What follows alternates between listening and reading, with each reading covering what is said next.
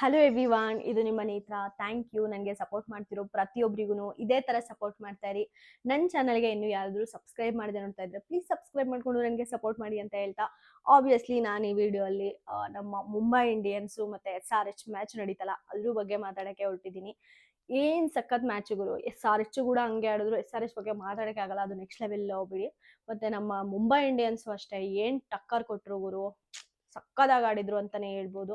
But ಇಲ್ಲಿ ಜಾಸ್ತಿ ಬಾಧೆ ಪಡ್ತಿರೋದು ಅಂದ್ರೆ RCB ಫ್ಯಾನ್ಸು. ಯಾಕಂದ್ರೆ RCB ಒಂದು ಒಂದು ಏನದು ಇಷ್ಟು ಹೈಯೆಸ್ಟ್ ಸ್ಕೋರ್ ಅಂತ ಒಂದು ರೆಕಾರ್ಡ್ ಕ್ರಿಯೇಟ್ ಮಾಡಿರುತ್ತೆ, 263.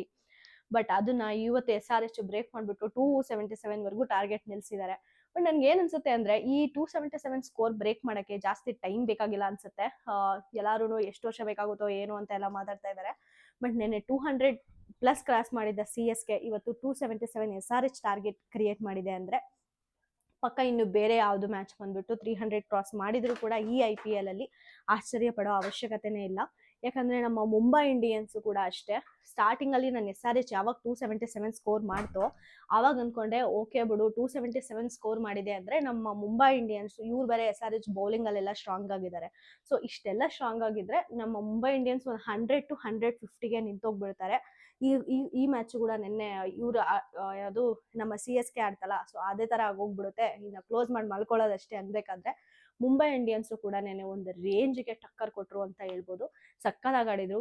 ಏನು majority of the run rates ನೋಡಿದ್ರು ಕೂಡ SRH ಅದೇ. ಮತ್ತೆ ಎರಡು ಟೀಮ್ದು ಕಂಬೈನ್ ಮಾಡಿ ರನ್ ರೇಟ್ ಕ್ಯಾಲ್ಕುಲೇಟ್ ಮಾಡಿದ್ರು ಕೂಡ ನಿನ್ನೆ ಮ್ಯಾಚ್ ಮೆಜಾರಿಟಿ ಆಫ್ ದ 6 ಹೊಡೆದಿರೋರು ಕೂಡ ನಿನ್ನೆ ಮ್ಯಾಚ್ ಅಲ್ಲೇ. ಒಂದು ಪವರ್ ಪ್ಯಾಕ್ IPL ಮ್ಯಾಚ್ ನೆನ್ನೆ ಆಗಿದ್ದು ಅಂತ ಹೇಳಿದ್ರೆ ನಿಜ ತಪ್ಪಾಗಲ್ಲ. ಸಕ್ಕದ ಎಂಜಾಯ್ ಮಾಡಿದ್ದಾರೆ ಎಲ್ಲರೂ. ನಾನು ಅಷ್ಟೇ, ತುಂಬಾ ತುಂಬಾ ತುಂಬಾ ಚೆನ್ನಾಗಿತ್ತು. ಇನ್ನು ಸ್ಟಾರ್ಟ್ ಮಾಡೋದಾದ್ರೆ ಟಾಸು ನಮ್ಮ MI ಗೆಲ್ತು. ಬೌಲಿಂಗ್ ಚೂಸ್ ಮಾಡೋದು actually that is a good decision. ಯಾಕಪ್ಪ ಅಂದ್ರೆ ಬೌಲಿಂಗ್ ಮಾಡೋದ್ರಿಂದ ನಮಗೆ ಒಂದು ಐಡಿಯಾ ಸಿಕ್ಕೋಗ್ಬಿಡುತ್ತೆ ಎಷ್ಟು ಸ್ಕೋರ್ ಮಾಡಬೇಕು ನಾವು. ಒಂದು ಸೈಕಲಾಜಿಕಲಿ ಒಂದು ಪಾಸಿಟಿವ್ನೆಸ್ ಅಂತೂ ಬರುತ್ತೆ. ಅದು ಒಂದು ಸ್ವಲ್ಪ ಲೀಸ್ಟ್ ಸ್ಕೋರ್ ಆಯ್ತು ಅಂದ್ಕೊಳ್ರಿ, ಒಂದು ಸ್ವಲ್ಪ ಪೀಸ್ ಮೈಂಡ್ ಇರುತ್ತೆ ಬ್ಯಾಟಿಂಗ್ ಮಾಡ್ಬೇಕಾದ್ರೆ. ಸೊ ಅದೊಂಥರ ಚೆನ್ನಾಗೇ ಇತ್ತು ಬೌಲಿಂಗ್ ತಗೊಳ್ಳೋವರೆಗೂ.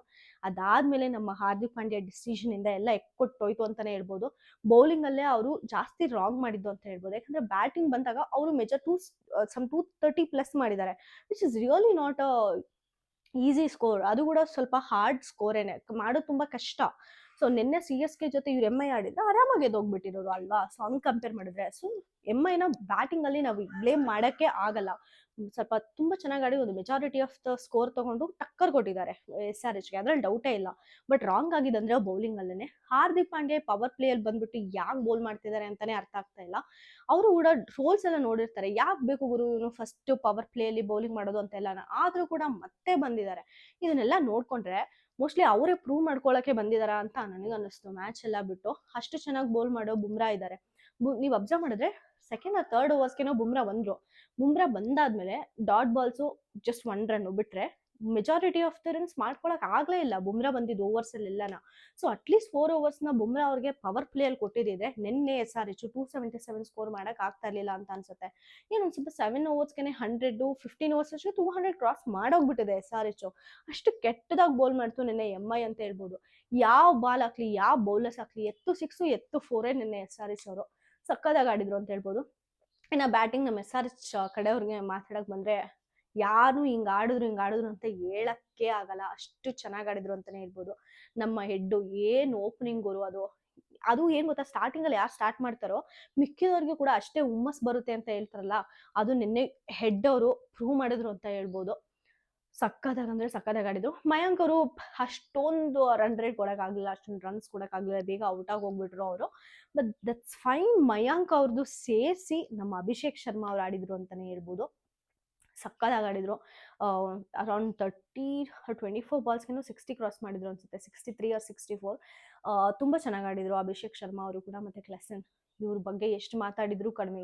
ಏನ್ ಗುರು, ಹೊಡಿತಾನೆ ಇರೋ ಆಗಿರೋ ಬಾಲ್ ಎಲ್ಲ 4, ಹಾಕಿರೋ ಬಾಲ್ ಎಲ್ಲ 6.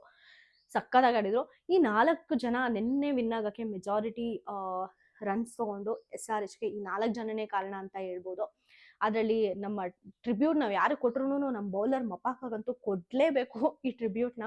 ಯಾಕಂದ್ರೆ ಮಪಾಕ ಅವ್ರಿಗೆ ಫಸ್ಟ್ ಮಪಾಕ ಅವ್ರು ಬಂದಾಗ ಎಲ್ಲರೂ ಏನ್ ಅನ್ಕೊಂಡಿದ್ದೆ ಅಂದ್ರೆ ನಮ್ಮ ಯಾರ ಅವ್ರ ಹೆಸರೇ ಬರೋಣ ಬೇಗ,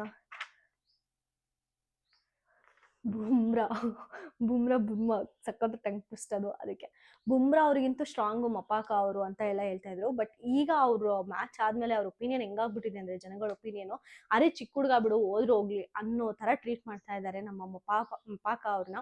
ಮತ್ತೆ ಹಾರ್ದಿಕ್ ಪಾಂಡ್ಯನು ಅಷ್ಟೇ ಗುರು. ಅವ್ರು ಒಂದ್ಸಲ ಒಂದು ಓವರ್ಗೆ ಬಾಲ್ ಹಾಕ್ತಿದ್ದಾರೆ, ಜನ ಸ್ಕೋರ್ ಮಾಡ್ತಿದ್ದಾರೆ ಆಪೋಸಿಟ್ ಬ್ಯಾಡ್ಮಿಂಟನ್ಸ್ ಅಂದ್ರೆ, ಇಟ್ಸ್ ವೆರಿ ಕಾಮನ್ ದಟ್ ಈ should go and change.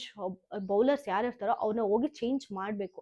So ಹಂಗೆ ಚೇಂಜ್ ಮಾಡ್ದೇನೆ ಬಂದು ಅವ್ರನ್ನೇ ಬೌಲ್ ಮಾಡಿಸೋದು, ಇವರೇ ಬಂದು ಬೌಲ್ ಮಾಡೋದು, ಇದೆಲ್ಲ ಜಾಸ್ತಿ ನೆಗೆಟಿವ್ ಇಂಪ್ಯಾಕ್ಟ್ ಆಯ್ತು. ನಿನ್ನೆ ಹಾರ್ದಿಕ್ ಪಾಂಡ್ಯಗೆ ಸ್ವಲ್ಪ ಬೆಟರ್ ಆಗಿ ಆಡಿಸ್ಬೋದಾಗಿತ್ತು ಅಂತ ನನಗನ್ನಿಸ್ತು.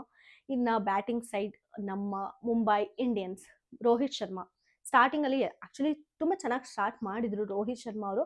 ಬಟ್ ಅನ್ಫಾರ್ಚುನೇಟ್ಲಿ ಅವರು ಔಟ್ ಹೋಗೋ ಪರಿಸ್ಥಿತಿ ಬಂತು. ನಿನ್ನೆ ಜಾಸ್ತಿ ಚೆನ್ನಾಗಿ ಆಡಿದ್ದು ಅಂದ್ರೆ ನಮ್ಮ ಟಿಮ್ ಡೇವಿಡ್ ಮತ್ತೆ ತಿಲಕ್ ವರ್ಮಾ ಸಖತ್ತಾಗಿ ಆಡಿದ್ರು. ಈ 2 members majority of the runs ಕೊಡಕ್ಕೆ ಸ್ಟಾರ್ಟ್ ಮಾಡಿದ್ರು, ಮತ್ತೆ ಕೊಟ್ಟರು ಕೂಡ ಲಾಸ್ಟ್ ವರ್ಗುನು. ಯಾವಾಗ ಓಪ್ಸ್ ಹೋಗಿದ್ದು ಅಂದ್ರೆ ನಮ್ಮ ಹಾರ್ದಿಕ್ ಪಾಂಡ್ಯ ಅವ್ರು ಬಂದಾದ್ಮೇಲೆ 10 overs ವರ್ಗುನು ಓಕೆ ಅಟ್ಲೀಸ್ಟ್ ಹತ್ತತ್ರ ಹೋಗ್ತಾರೆ, B2 ಮಾಡ್ಬೋದು ಅನ್ನೋ ಒಂದು ಓಪ್ಸ್ ಅಲ್ಲಿ ಜನ ನೋಡ್ತಿರ್ಬೇಕಾದ್ರೆ, ನಮ್ಮ ಹಾರ್ದಿಕ್ ಪಾಂಡ್ಯ ಬಂದ್ಬಿಟ್ಟು ಅರೌಂಡ್ 3 overs ಜಸ್ಟ್ ಸಿಂಪ್ಲಿ ತಿಂದಾಕ್ಬಿಟ್ಟಿದ್ದಾರೆ ಅಂತಾನೆ ಹೇಳ್ಬೋದು.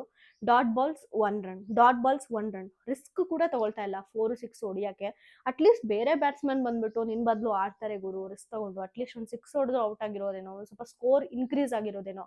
ಯಾಕಂದ್ರೆ ಜಾಸ್ತಿ ವಿಕೆಟ್ಸ್ ಇದೆ ಇವ್ರ ಹತ್ರ, ನಮ್ಮ ಮುಂಬೈ ಇಂಡಿಯನ್ಸ್ ಹತ್ರ. ಬಟ್ ಹಾರ್ದಿಕ್ ಪಾಂಡ್ಯ ಆಡಕ್ಕೆ ರೆಡಿ ಇಲ್ಲ, ರಿಸ್ಕ್ ತಗೊಳಕ್ಕೆ ರೆಡಿ ಇಲ್ಲ. ಅವ್ರು ಟ್ರೋಲ್ ಆಗಿದ್ ಸಖತ್ತಾಗಿದೆ. ಅಂದ್ರೆ ಅವ್ರು ಕರೆಕ್ಟ್ ಆಗಿ ಮಾಡಿದ್ದಾರೆ ಟ್ರೋಲರ್ಸ್ ಅಂತ ಅನ್ನಿಸ್ತು ನಿನ್ನೆ. ಅಷ್ಟು ಏನದು ಒಂಥರ ಫ್ರೀ ಆಗಿ ಬಿಟ್ಟಿದ್ದಾರೆ, ಬಿಡು ಈ ಮ್ಯಾಚ್ ಹೋಗೇನೇನೆ ಅಂದ್ಬಿಟ್ಟು ಹಿಂಗ್ ಮುಟ್ಟೋದು 1 ರನ್, ಇಲ್ಲಾಂದ್ರೆ ಡಾಟೆಡ್ ಬಾಲ್ಸು. ಯಾಕೆ ಗುರು ಹಿಂಗ್ ಆಡ್ತಾ ಇದಾರೆ ನಮ್ಮ ಹಾರ್ದಿಕ್ ಪಾಂಡ್ಯ ಅನ್ನಷ್ಟು ಬೇಜಾರಾಗಿ ಹೋಗ್ಬಿಟ್ಟಿತ್ತು.